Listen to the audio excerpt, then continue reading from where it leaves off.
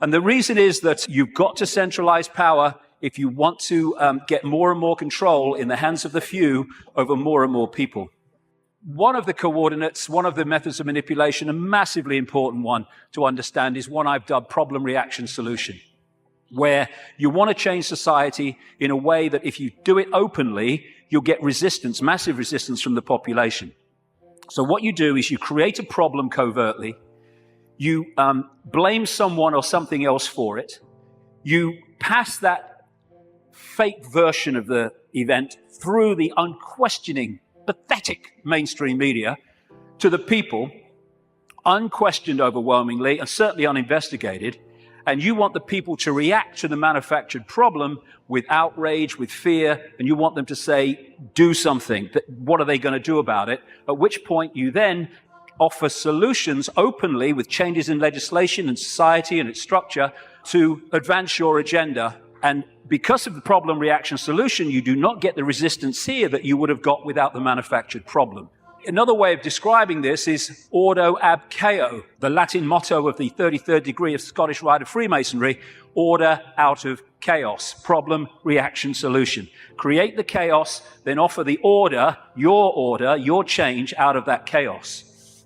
You want to change society, so you create a massive problem. As a result of that problem, you offer the solution, all there, written and ready, the Patriot Act in America and around the world, their versions of it, to change society. But when through the web you control the intelligence agencies, you control the governments, you control the media, and you control countries, then you've got all the pieces you need to orchestrate the problem, reaction, solution, and to then use this to change society in the image that you have desired. Then there's another version, which I now call no problem, reaction, solution. This is when you don't need a real problem, you just need the public perception of a problem, and then you can offer a solution to a problem that doesn't actually exist, but if enough people think it does, well, you got them. Totalitarian tiptoe, as I call it, goes in conjunction with problem, reaction, solution. This is real simple. You start at A, you know you're going to Z, but you know if you go in a big leap, the change is going to be so big and so quick that people are going to go, what's happening? What's happening? Turn that television show off. What's happening? And so you go in steps, as big as you can get away with, but not so big that you get too much of a reaction. And as this quite rightly said, you really think it would be this obvious. Well, it's becoming that obvious now as we move along, but up to this point it hasn't been, unless you looked for it.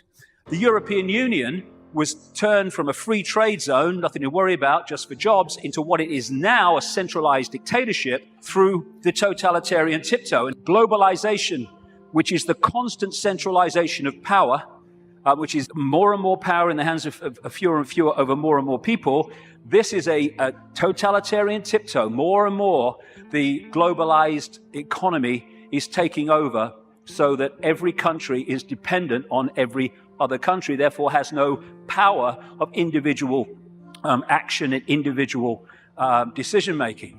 Free trade, which means freedom to exploit, which means you can get sweatshop workers here to make your stuff for a few cents, and then you ship it over here and you sell it for as much as you can get. It's called free trade. Everyone's in favor of free trade. You can't be against free trade. This is also part of this globalized centralization of power, which is designed to do this, and it increasingly is doing this. It means that if you're dependent within your country or your community on things outside of your influence, then everyone is dependent on everyone else, therefore has no self-sufficient ability to make decisions in their own lives and their own communities and their own countries. And the reason that they want to do this is they want to make everyone dependent on something outside their control, because dependency equals control.